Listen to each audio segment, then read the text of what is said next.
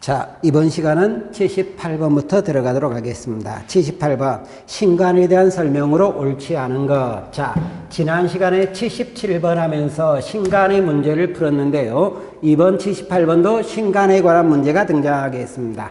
1927년에 나왔던 합법단체였던 좌우통합단체라고 이야기를 하게 돼 있죠. 1번, 소년운동에도 영향을 주어 어린이날을 제정하는 데 기여했다. 소년운동과 어린이날과 관련되면 방정환으로서 이것은 천도교와 관련된 문제가 되겠습니다. 2번, 순회 강연을 통하여 민족의식과 항일의식을 고취시켰다.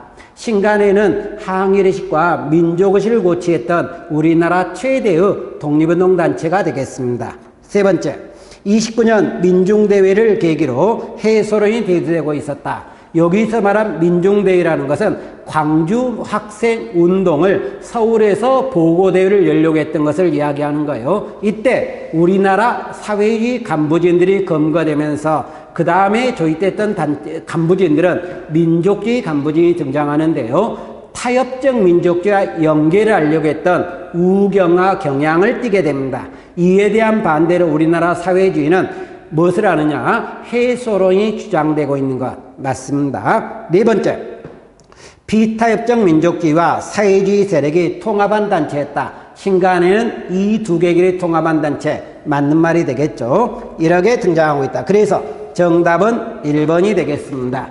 그 다음 79번으로 들어가기 시작을 합니다. 79번, 광복 이후 발표된 다음 결정안에 대한 우리 민족의 반응으로 옳은 것. 자, 세 개 다 체크하시기 바랍니다.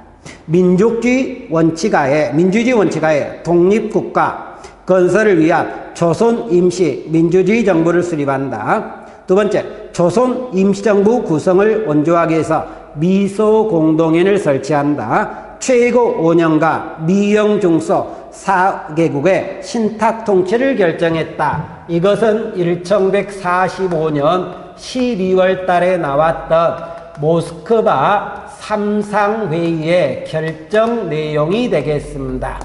요거에서 신탁이 나오다 보니까 우리나라 우익의 반탁운동과 좌익의 찬탁운동이 나오면서 좌우 간의 갈등이 등장하는 거죠. 1번, 우익 세력은 신탁 통치에 반대하다가 이 결정안을 지지하는 방향으로 선회했다.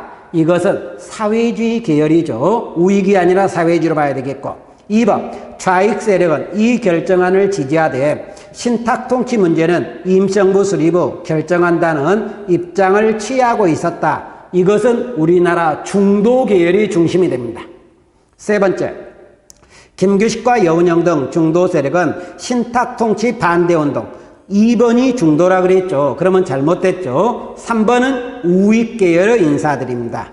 네 번째, 김구는 반탁운동을 제2의 독립운동으로 규정을 하고 있다. 맞죠? 그래서 정답은 4번이 되겠습니다. 80으로 들어갑니다.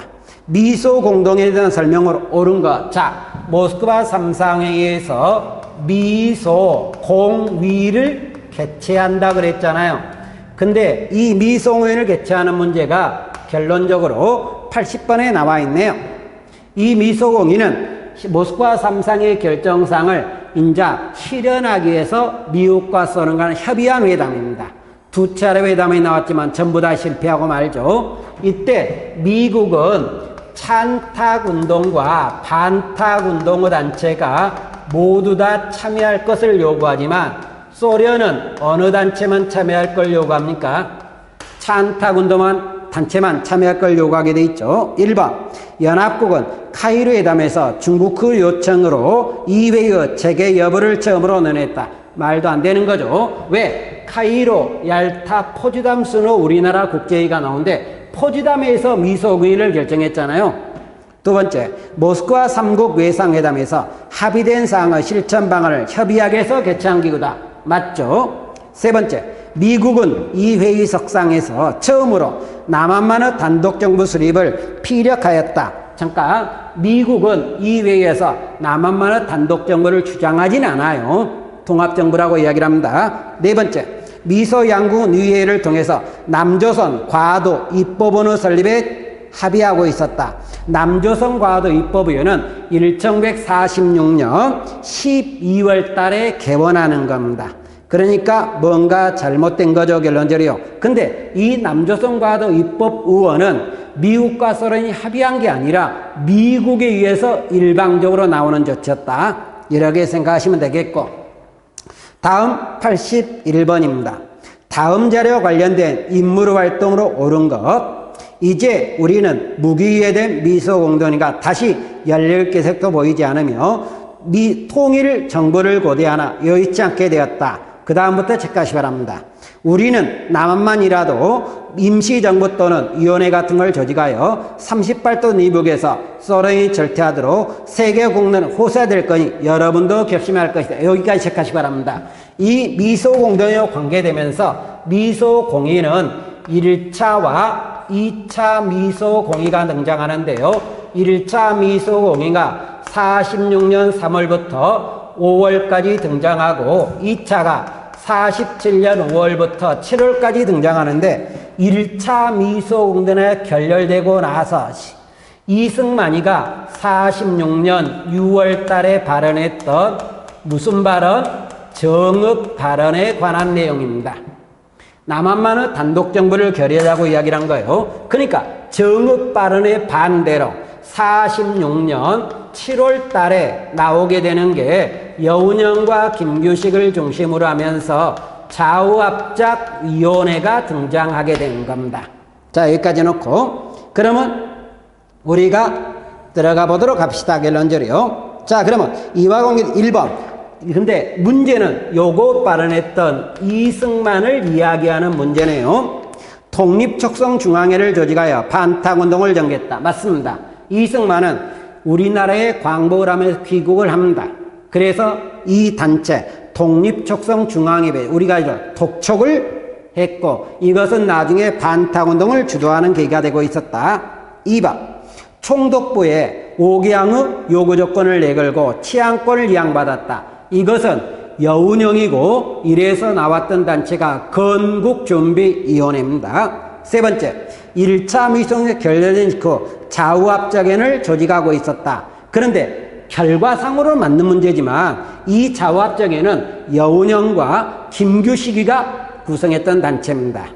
네 번째, 단독정부 수립에 반대해서 남북협상을 추진했다. 이것은 김구입니다. 그러니까 여기 문제는 인물을 물어보는 문제죠. 그래서 이승만 독립촉성중앙회의 1번이 정답이 되겠습니다. 82번 좌우합작위원회에 대한 설명으로 옳지 않은 것. 여기 이야기했던 좌우합작위원회예요. 46년 7월에 나와서 미군정의 지원을 받으며 등장하는데요. 10월 달에 좌우합작 7원칙이 만들어지게 됩니다. 1번 미군정의 자신들의 지지 기반을 강화하기 위해서 좌우합작을 지지했다. 미군정이 지원한다 그랬죠. 두 번째, 신탁통치, 토지개혁, 친일파 처벌 문제를 가지고 좌익과 우익 간의 의견 차이가 있어 합의가 지연됐다. 맞습니다. 세 번째, 당시 여론의 적극 지지를 받으면서 활동했다. 여론도 지지한 건 맞아요. 합의 7원칙에 대해서 한민당 찬성이 하나 반대고요. 조선공산도 반대입니다. 근데 이승만은 조건부 찬성이고요. 김구는 찬성을 했다고 이야기를 합니다. 83번으로 들어가겠습니다. 가나에 대한 일을 주장한 인물에 관한 설명을 옳은 것. 자, 가번. 애적의 항복. 이 소식을 내게 희소식이라기보다는 하늘이 무너지고 땅이 꺼지는 일이었다. 여기까지만 체크하시기 바랍니다. 그러면 이 83번에서 이야기하는 이 글을 이야기했던 사람은 일본어 항복 소식을 듣고 충칭에 있었던 우리 김구가 발언했던 겁니다.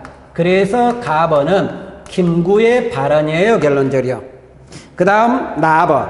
이 나번은 잠깐 조금 전에 이승만의 정읍 발언을 나번으로 이야기를 하게 됩니다. 이승만의 정읍 발언. 자, 몇 번에 있었습니까? 81번에 있었던 거죠. 결론적으로요. 이 두 개를 묶어놓은 건데, 그러면 1번. 가는, 자, 대한민국 임시정부 초기를, 나는 대한민국 후반부를 이끌었다. 잠깐, 김구는 대한민국 정부의 후반부를 이끌었던 사람이고요. 갑은 이승만은 초기를 이끌었던 사람입니다. 두 번째, 일본 도쿄에서 일본 천황의 폭사를 기도한 이봉창은 가가 조직한다. 자, 이봉창은 어디냐면 우리 김구가 만들었던 한인 애국단 인물이에요. 한인 애국단 인물의 대표인 두 사람밖에 안 나오는데 우리 교재에서는 이봉창과 윤봉길이가 나옵니다. 그런데 윤봉길을 좀 더 긍정적으로 보고 있죠. 세 번째, 나는 미주 쪽에서 대조선 국민군단을 조직하고 있다. 대조선 국민군단은 박용만이 구성을 합니다.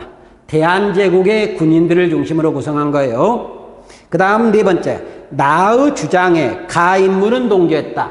이승만의 정읍 발언에 대해서 솔직히 김구는 반대했던 사람입니다.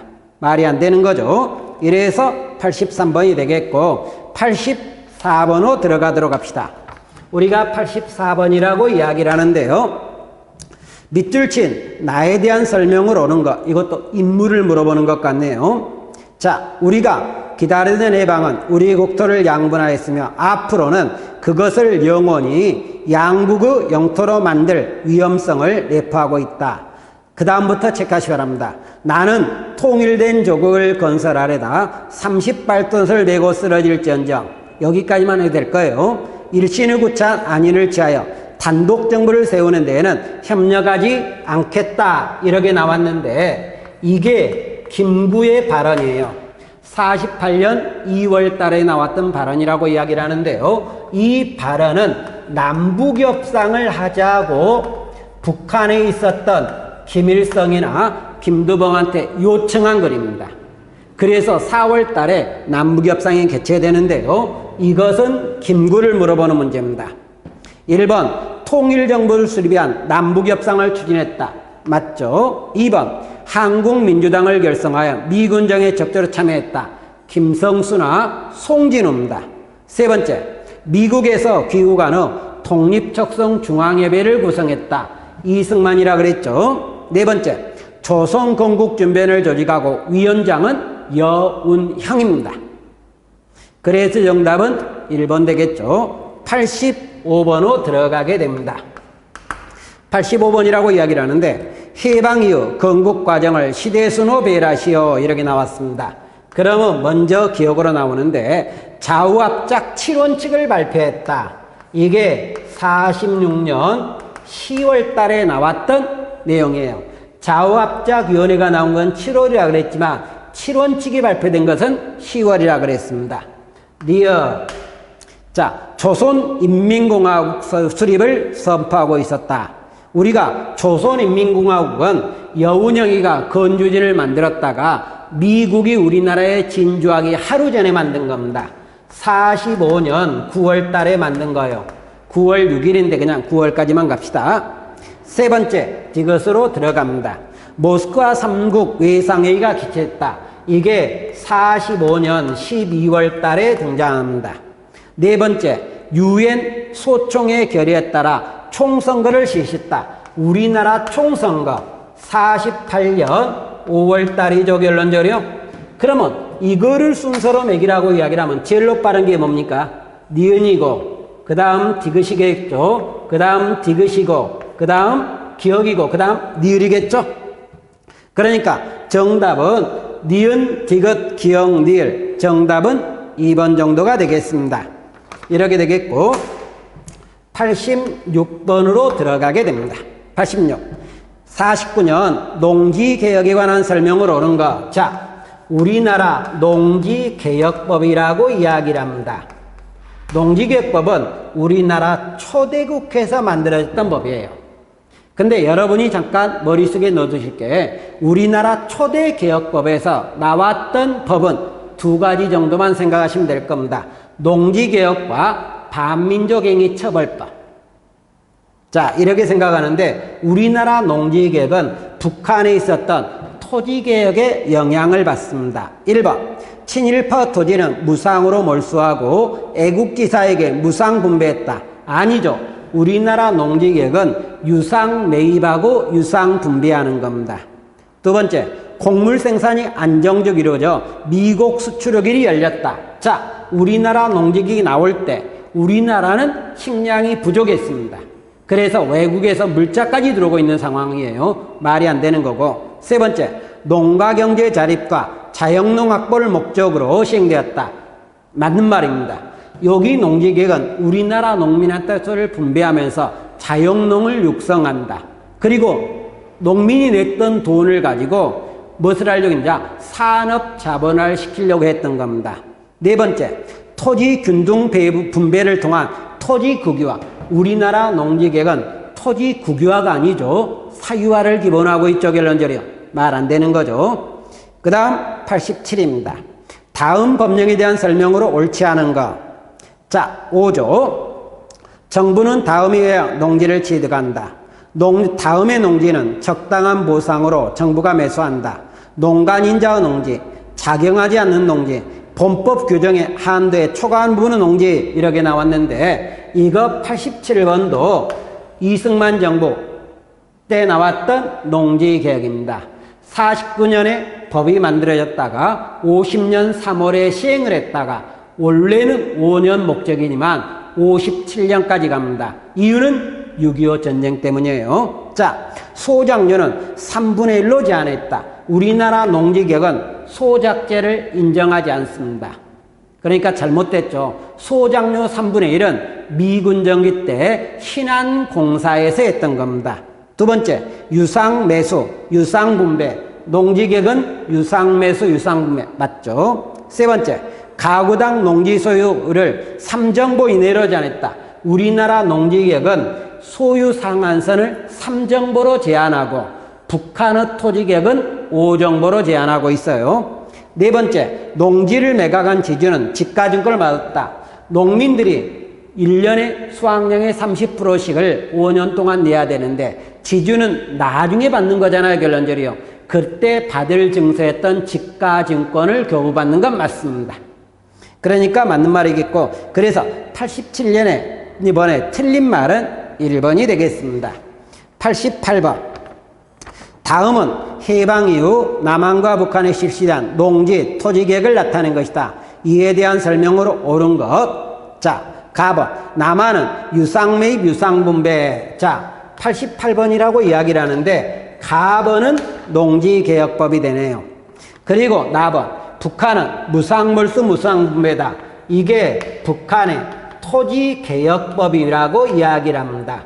그래서 농지개혁과 토지개혁을 구분하는데 실질적인 문제는 일반적으로 비교는 하긴 하지만 농지개혁을 중심으로 한 문제예요. 그러니까 농지개혁에 신경을 쓰시면 될 겁니다. 그런데 우리나라 농지개혁이라는 게 어떻게 되어 있냐면 북한의 토지개혁의 영향을 받으면서 나온 거고 우리나라 농지개혁은 지주에게 좀 더 유리한 거고요. 북한의 토지개혁은 농민에게 좀 더 유리한 겁니다. 자, 그러면 들어가 보도록 합시다. 1번. 가는 토지 소유 3정보를 제한했다. 여기는 5정보고 여기는 3정보예요. 2번. 가방식보다 나방식에 대한 지주개혁을 반대했다. 가방식은 지주한테 도움이 되고 나방식은 농민한테 도움이 되다 보니까 나방식은 지주가 반대하는 것 당연하죠. 그래서 이 지주계층이 남쪽으로 내려와서 이승만 정부와 결탁을 해서 서서히 반공 세력으로 변화하기도 합니다. 세 번째, 나의 제도 시행은 가에 영향을 주었다. 나는 가에 영향을 준다 그랬죠.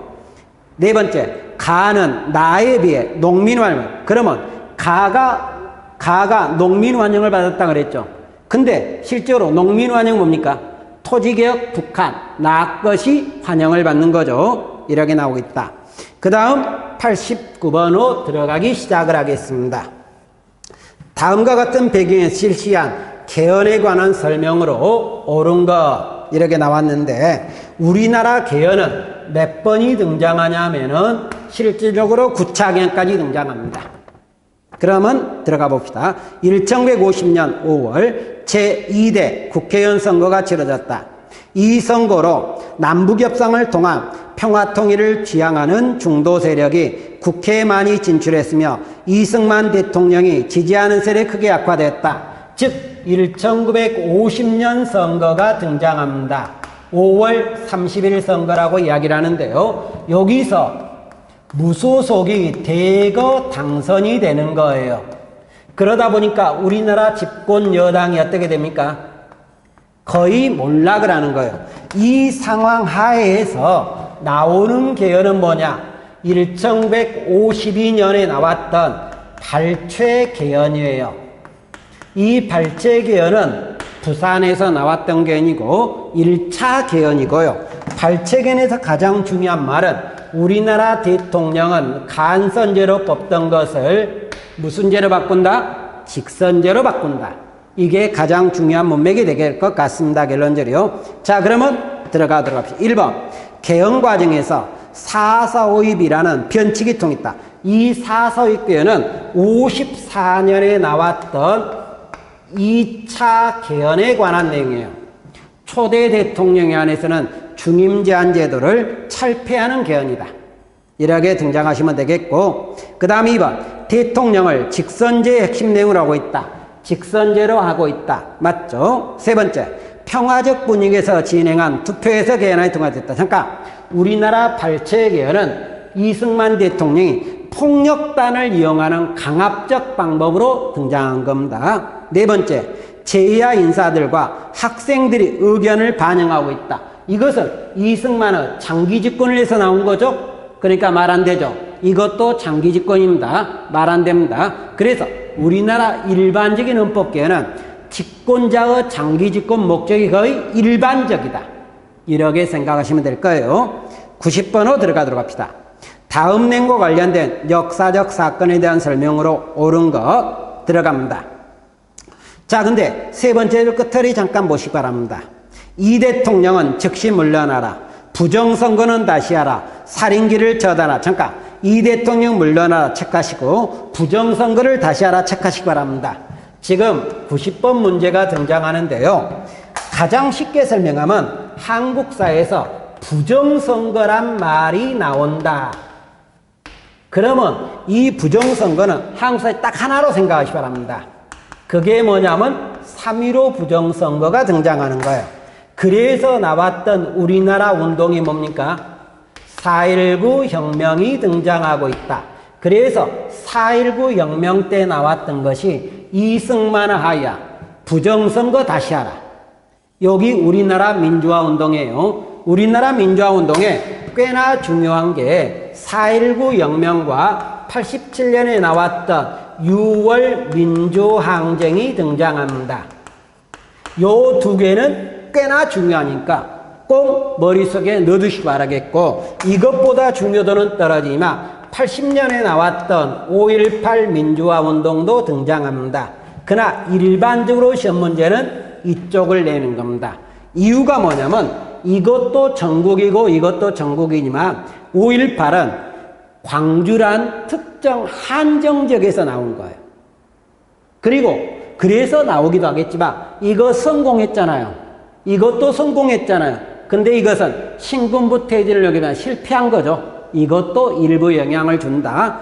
어쨌든 이와 관련된 내용이란 이야기예요. 그래서 4.19 혁명을 물어보는데 1번 학생과 시민들이 대규모 시위를 무력으로 탄압하기 위해서 자, 이승만 정권은 긴급조치를 발행했다. 이렇게 나옵니다. 여기서 잠깐 자, 긴급조치가 나오면 유신정부로 무조건 가세요.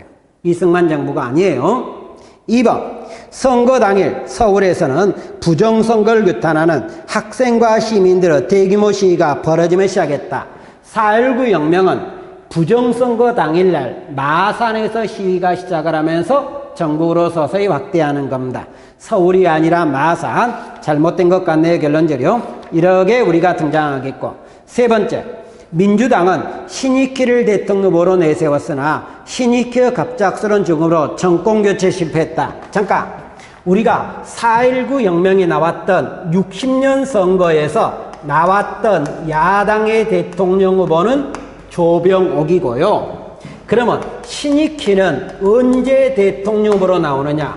1956년에 나오는데 이 두 분들은 선거 유세 과정에 전부 다 돌아가시게 됩니다. 그래서 결론은 이것은 신익희가 아니라 조병옥과 관련된다고 이야기해야 됩니다. 네 번째, 자유당은 이승만을 대통령으로 이기병을 부통령으로 당선시키기 위해서 부정선거를 자행했다. 3.15 부정선거를 했던 목적입니다. 그래서 맞는 말이 되겠죠. 91번. 다음 사건에 대한 설명으로 옳은 것. 자, 민주화를 요구하는 학생들의 대규모 시위를 계엄군이 과잉 진압하면서 많은 사상자가 발생했다. 이에 시민군 꼭 체크하시기 바랍니다. 자, 시민군이라고 이야기하는 단어가 나오면은 무조건 이것은 광주 민주화 운동입니다. 광주 민주화 운동이에요. 신군부 퇴진을 요구하는 운동입니다. 1번, 3.15 부정선거가 원인이 되어 발생했다. 이것은 4.19 혁명이죠. 2번, 신군부 집권을 반대한다. 신군부 퇴진 맞죠? 세 번째, 5년 단임의 대통령 직선제 개헌을 이끌어냈다. 이게 87년에 나왔던 6월 민주항쟁입니다. 네 번째, 박정희 정부 삼성개헌에 반대했다. 박정희 정부 삼성개헌은 69년에 나오는 거예요. 그때 반대했겠죠. 그러니까 말이 안 되는 거죠, 결론적으로. 이렇게 등장하겠고, 그 다음 92번입니다. 다음 자료와 관련된 민주화 운동에 대한 설명으로 가장 옳은 것. 지난 6월 9일 오후 교내 시위 도중 경찰이 쏜 체류탄 파편에 맞아 중상을 입고 입원 중인 연대생 이한열 체크해 두시기 바랍니다. 이 이한열은 어디에서 나오느냐? 그러면 87년에 나왔던 우리나라 민주화운동이 뭐가 있습니까? 6월 민주화운동 있죠? 여기서 학생 이름이 나오게 되는데 이한열이란 학생 이름이 나오겠고 또 하나 학생 이름이 박종철이란 학생 이름이 나옵니다. 그러나 이한열보다는 일반적으로 박종철을 좀 더 중시합니다. 근데 4.19 혁명 때 나왔던 학생 이름 누굽니까? 김주열이가 등장하죠. 학생을 가지고 혁명을 구분하시기 바랍니다. 그러면 이한열이 나왔으니까 87년 6월 민주항쟁이에요. 그럼 바로 1번으로 가겠습니다.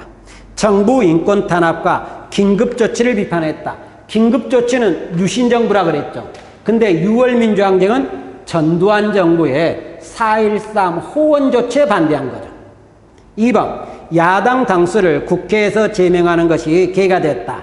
이것은 김영삼 야당 총재를 제명하니까 부산과 마산에서 79년에 나왔던 부마 시위를 이야기합니다. 부마 항쟁이라고도 관계는 없겠네요. 그러나 일반적으로 부마 시위라고 이야기를 합니다. 세 번째, 학생과 시민들이 민주화법 쟁취를 고려했다. 이거 학생과 시민들이 참여한 거죠. 근데 헌법을 개정하자. 무슨 죄로? 직선제로 개정하자. 그래서 맞는 것이 등장하겠습니다. 네 번째, 학생들은 비상금 해체와 신군부 퇴진을 요구했다. 이건 뭡니까? 5.18이 되겠죠. 신군부 퇴진을 요구했으니까 5.18이 등장하게 되겠습니다. 그러면 되겠고, 그 다음은 정답 몇 번으로 등장합니까? 3번이죠. 93번으로 들어가겠습니다. 다음 주장을 내세웠던 가나 운동의 공통된 목표로 옳은 것 이렇게 나왔네요. 그러면 가번. 자, 안 읽고 세 번째 줄 잠깐 봅시다. 3.15 부정선거는 불법선거다. 체크. 공명선거를 위해서 정부통령선거 다시 하라. 체크. 그게 들어갑니다. 그러면 부정선거나 정부통령선거 다시 하라. 그러면 이것은 뭡니까? 4.19 혁명과 관련되는 거예요. 그 다음 나봐. 무엇보다 우리는 이른바 그 다음 체크. 대통령은 4.13 특별조치가 국민의 무효임을 선언한다. 4.13 호원조치라는 이야기가 등장하는 거죠. 이게 나번이 등장하겠습니다.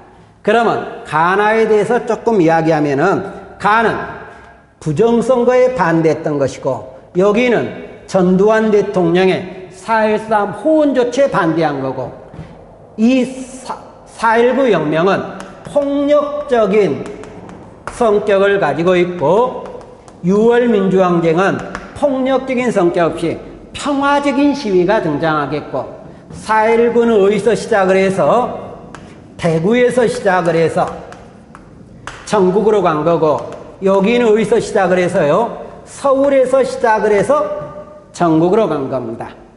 그리고 이것 시위 성공했죠. 즉 목적을 달성했잖아요, 결론적으로요. 근데 요것도 성공한 겁니다. 그리고 이 결과 이승만은 하야를 합니다. 대통령 하야 나오지만 여기서는 대통령 하야가 등장하지 않고요. 여기서는 그 결과 헌법이 개정을 합니다. 그래서 양원제와 내각 책임제 3차 개헌이 등장하는 거고요. 여기서도 헌법 개정은 나옵니다.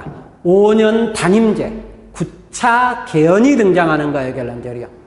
이러면서 이 내용도 어느 정도 구분하실 필요가 있을 거로 생각을 하게 됩니다. 근데 어쨌든 이것은 민주화 운동이에요. 그러면 1번 자유민주주의 실현. 자, 민주화 운동이니까 자유민주주의 실현 가능하겠죠. 반공체제를 강화하자. 여기서 반공체제 강화하자는 것 민주화 운동이니까 없습니다. 세 번째, 의원내각제가 나왔다. 요것이 나왔겠죠. 선건설, 후통일을 추진하고 있었다. 선건설과 후통일을 추진했던 것은 장면 정부 때도 있고요. 박정희 정부 때도 잠깐 등장하던 겁니다. 결론적으로요. 자, 그러면 되겠고. 그래서 93번은 자, 민주주의 실현. 정답 1번이 되겠습니다. 94. 다음 문서에 대한 설명으로 옳은 것. 자, 우리나라 통일론과 관련되고 있네요.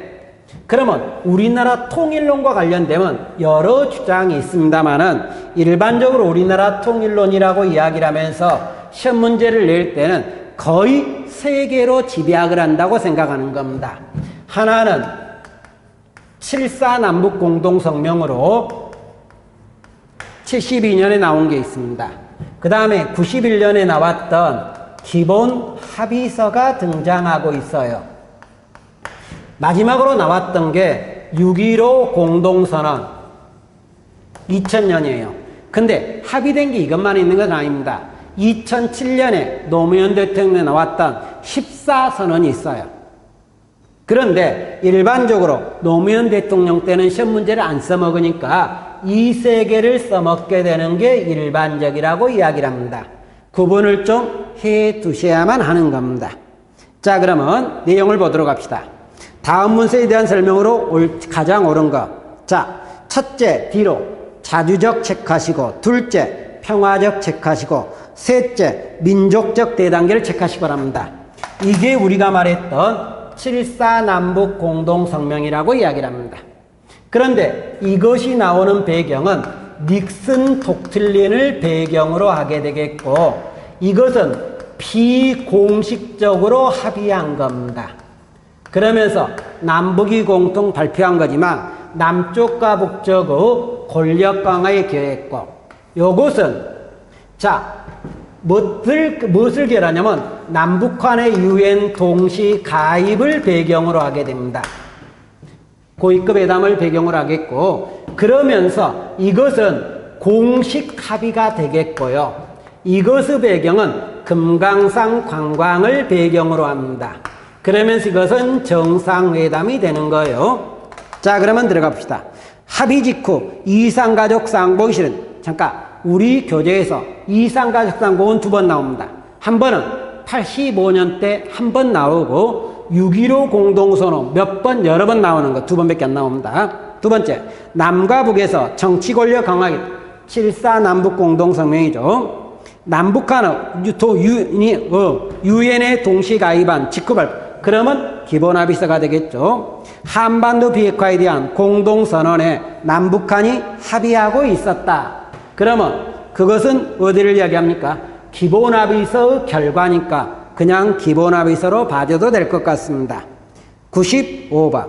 남북기본합의서에 대한 설명을 옳은 거. 이쪽 기본합의서 문제네요. 자주적, 평화적, 민족적 대단결 통일원칙 7.4잖아요. 두 번째, 이 합의 결과 남북 이산가족 고향 방문단과 예술공연단이 처음 방문했던 것은 85년 전두환 정부 때입니다. 남북화해, 남북 불가침, 교류협력에 합의했다. 이게 결론은 우리가 말하는 기본합의서입니다. 네 번째, 경의선 복구라든가 개성공단 설치 합의했던 거 6.15 공동선언입니다. 그러면 정답은 3번 되겠고요. 96번 두 문제 남은 것 같네요. 다음의 내용이 담긴 문서에 대한 설명 옳은 것. 자, 남과 북은 나라의 통일 문제를 서로 힘을 합쳐 자주적으로 해결해 나가기로 했다. 두 번째는 꼭 전부 다까지 체크하시기 바랍니다. 남과 북은 나라의 통일을 위한 남측 연합제안과 북측의 낮은 단계 연명장이 서로 공통시다 인정하고 앞으로 통일을 지향해 나가기로 했다. 이게 무엇을 이야기하냐면 2000년에 나왔던 6.15 공동선언입니다. 우리나라 김대중 대통령이 평양에 가서 김정일 국방위원장을 만났던 정상회담이 되는데요. 1번, 남북의 정상이 남북관계의 기본 틀에 합의했다. 맞는 것 같죠? 자주, 평화, 민족 대단결 통일원칙을 천명했다. 7사잖아요. 세 번째, 남북관계와 특수관계를 인정했다. 이것은 기본 합의서에 나오는 겁니다. 네 번째, 남북 당국자 간에 공식 합의한 최초 문건, 기본 합의서죠. 그래서 96번 정답은 1번. 마지막 문제를 들어갑시다. 97. 다음은 정부가 발표한 통일 관련 선언문이다. 이에 대한 서술로 가장 옳지 않은 것. 가번. 자, 첫째, 둘째, 셋째를 보다 보니까 거기에 자주적, 평화적, 민족적 대단계라는 단어가 나오고 있잖아요. 그러면 7.4 남북 공동성명이네요. 나번인데 방금 우리가 96번에 봤던 지문이 그대로 나옵니다. 96번이 뭐였습니까? 6.15 공동선언이었죠. 그래서 7.4와 6.15 공동선언에 관한 문제인 것 같습니다. 1번, 가발표 직후 긴급조치가 포함된 헌법에. 자, 요거는 남북 간의 권력 강화로 있는데 북쪽에서는 김일성의 사회주의헌법이 나오는 거고 남쪽에서는 박정희 정부의 유신헌법이 등장하면서 긴급조치를 발표할 수 있습니다. 맞습니다. 2번, 나는 남북한 정부 간의 최초로 공식 합의한 기본합의서다. 잠깐, 가나에 기본합의서 없죠? 틀렸네요. 세 번째, 나 이후 남북한 이산가족 간의 서신 교환이 실시되었다.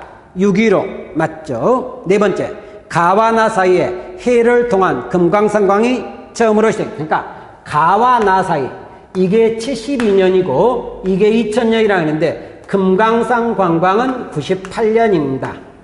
근데 98년에 금강산 관광이 있지만 6.15 공동선언에도 금강산 관광이 등장하는데 98년에는 바다로 가는 해로가 되겠고요. 6.15로 나오는 것은 육로 관광이 등장합니다. 그래서 98년에 나오고 있다. 틀린 말 아닌 것 같죠? 이렇게 해서 우리가 지금 97문제의 근현대사 문제를 풀었습니다. 여러분들이 지금까지 풀었던 것을 다시 한번 꼭 확인하시면서 시험을 보면서 많은 도움을 받았으면 합니다.